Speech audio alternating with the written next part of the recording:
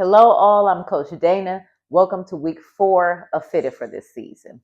We're going to dive into Genesis 16 through 18, where we look into the lives of Abraham, Sarah, and Hagar. Now, we talked about Abraham a little bit last week, and you can take a look at that video if you haven't already. And so now we're going to dig a little bit more into the drama of the lives of Abraham, Sarah, and Hagar. So Sarah was Abraham's wife. And we know that Abraham was told by God that he is the father of nations, and he's considered the father of faith, but he was told by God that he would have a multitude of descendants, many, many descendants. Look into the sky, see the stars, that your descendants, you won't be able to count them. There'll be so many. And Abraham at the time, he was old, his wife was old, and he didn't have any kids. And so he said, Lord, I don't have a son. Well, maybe I'll choose my servant, and my servant will be my heir, and they can continue on with your promise. And God said, no, no, no. That's not it. You're going to have your own son. And so later what we see is Sarah, she says to herself, and to her husband, I'm old. I'm not able to have children, and God hasn't given us any children. So Abraham, how about, she had a great idea, like we many times do, not so great. How about you sleep with my servant Hagar and you all produce a child? And then that will be the way that God's plan can go forth. Just like we do many a times, we figure that God needs our help or assistance, and we're like, I'm going to help you, and I've got a plan, because we don't want to wait on the way that He has things to come about.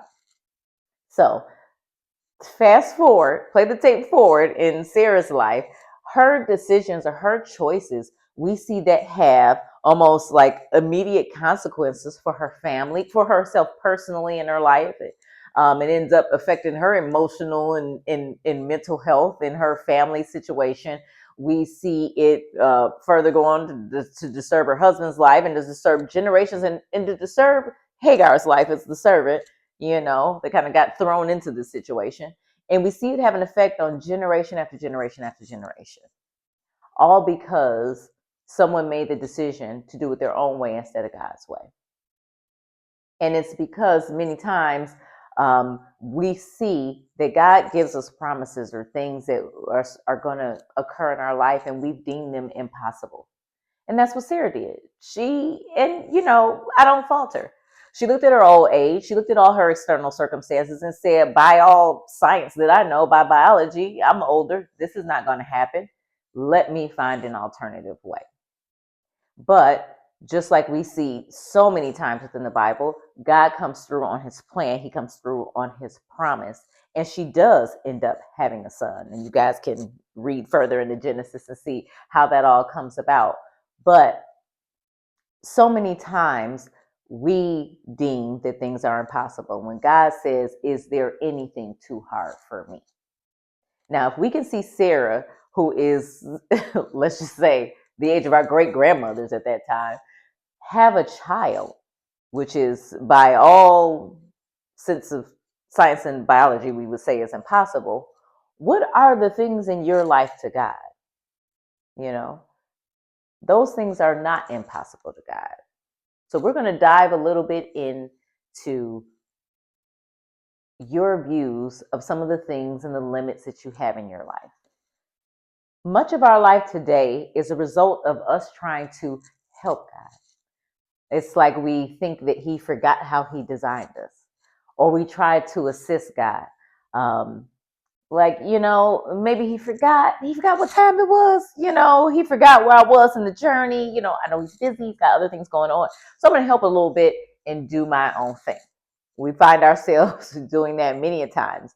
And when we short circuit God's plan and do our own thing, that's when so many times we see chaos and a multitude of drama and things happen in our lives that we never ever intended to. But this is what happens when we place those things in our hands instead of trusting God with them and being patient with the things that He has for us. But thankfully, God is a merciful God, and He shows us great compassion. And many times we don't even get the full consequences that we should get for our actions. But let's not take His mercy for granted, and let's try to follow His direction or his guidance as much as possible the first go round instead of leaning on our own understanding and knowledge of things. So we're going to dig a little bit more into some questions that will benefit us and help us moving forward. So hopefully you have your pen and your paper, your journal, wherever it is that you're answering your questions, and we're going to dig into the first one. What are the limits or boundaries that you've placed on God, and where do they come from? So in terms of boundaries, you want to think about, are there areas that God just can't touch? You kind of keep them outside of his reach. Are there limits that you place on God? Are there things that you believe he can do this, but not this? Now, this is time for an honest look and an honest assessment of those things. I don't want churchy answers. I don't want you to write down what you think you should say, but take a look at your life. And even though you say you believe God is able to do the impossible, if you're not acting like it, where's the disconnect? All right, now we're going to move on to our next question. So often, it's not that we doubt God's ability to do something, but we question his willingness to do it on our behalf. So the question I have for you is, why have you deemed yourself unworthy of God's promises? On our next section, I want you to write, what are your self-imposed limits on your spiritual, physical, and mental life? So you can separate it on your paper. You can make 3 columns and write spiritual, physical, and mental. And I want you to really take some time and think about, what are some self-imposed limits that you've placed in those areas. For example, you may feel like, I'm just impatient. I don't have any patience. I'm never going to have patience with my children. I don't have patience with my spouse. Patience just is something that eludes me. Or you may think the same thing about self-control. It's no way I'm going to have self-control. I can never control my eating. It's just out of control. This is just something that I won't be able to do. Now, are any of those, let's test these things against spiritual truths. Are there any truths in the Word of God that say that there are people that cannot have patience, or there are people that you were designed in a way that you'll never have self-control? And I'm saying these things through God. Of course, as humans, yes, we are weak. And so there are things, you may not be able to get those to be the most self-controlled or the patient individual. That is why we have the need and dependency for God in our lives. But spiritually, those things are possible. So, but maybe you've placed some self-imposed limits on those and saying, even though you have the Spirit of God within you, you're saying that these are things that you cannot do. When it comes to your physical body, maybe you look at certain people's ability. And I'd never be able to jog a 5K. I'd never be able to walk longer than a mile. I'd never be able to lift this weights or do these things. And it's not that you physically don't have the ability. Maybe it's just that you have decided that, and maybe you currently don't have the physical ability, but that doesn't say that you could not work yourself up to having those physical abilities. So maybe that's something that you have imposed on yourself. And when it comes to mental, maybe there's a career path you want to go down, or a business that you want to start, but you consider that you're no good in math. You don't have the brain power to do it. You're telling yourself all of these things, all these thoughts are in your life and in your mind, in regard to your mental ability, your intellect. I'm always going to suffer with depression and anxiety. Maybe those are some things that you need to write down, or some self-imposed limits that you put on yourself. But take an honest evaluation. Now we get a chance to do some vision casting. I want you to write down what it would look like in your life if the self-imposed limits were gone. I really want you to take the time to envision, what does life look like? What are you doing on a daily basis? How are you feeling? How are you relating with your family and those around you? Are you in a completely different career path? Are you living somewhere else? Is your daily life completely different? How is it affecting your children? How is it affecting those around you? If those self-imposed limits are gone, What are you now able to do? What is the vision you have for your life? And now the next piece of that is I want you to write down what you are willing to invite God to do through you this year. And I'm not just talking this year like what we have left of 2025, but let's say from this year moving forward in the future. What are you willing to allow him and invite him to do through you this year now that you are no longer in the way? Now, the next step is I want you to write a statement of your vision or create like a small vision board. Depends on if you work better with words or visual pictures.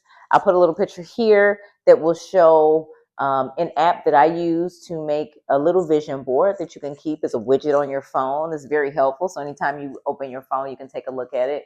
Maybe it's something you want to put private in your journal. And if you're not doing a vision board or a digital vision board, maybe you still like the hands-on old school, cut out the photos from a magazine and place them in there. Or maybe it's a statement of what you're going to let God do through you this year. And I want you to keep it somewhere that you can read it. And you can read it every morning, kind of like you would do an affirmation. So either or you can do both if you prefer. And I want you to incorporate the SMART goal that hopefully, if you're on week 4, you've been rocking with me, hopefully you've done that SMART goal. Incorporate that in it as well as part of what you're going to allow God to do through you this year. So I have one challenge for you this week. I want you to try a physical activity that you've been interested in and never tried before. I want you to try that this week. Whether it's reformer Pilates, a certain type of yoga class, a spin class, uh, a rowing class, if you wanted to try to lift weights, if you wanted to try some calisthenics, whatever, pick an activity that you've either tried once, never went back to, or something you've never tried, but you've actually been interested in. I want you to give it a try this week. And I want you to try to add that thing, depending on if you enjoyed it or not. I want you to add that thing into your regimen once a week. And hopefully, I want you to pick a fun physical activity, one that you actually enjoy. Maybe it's one you can do with friends. Hopefully you know someone or reach out to someone you know who does it and maybe they do it really well. They really enjoy it. Whether it's playing basketball just for fun or joining like an intramural volleyball team, something that you can do that's a fun activity that gets your body moving just once a week. So we're adding that challenge in, and hopefully we're continuing on our nutrition plan. So that means grocery shopping, our meal prep is done. Let's do our weekly check-in of our SMART goal. How are we going on that? How consistent are we being with the things that we said that we were going to do on a daily basis? Let's evaluate that.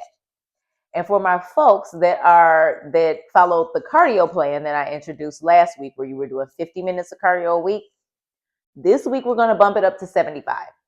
So your goal for cardio this week is 75 minutes. Chop it up as you may. Don't do any less than 10 minutes of cardio a day, but you got 75 minutes. So let's get to it. You guys are doing awesome.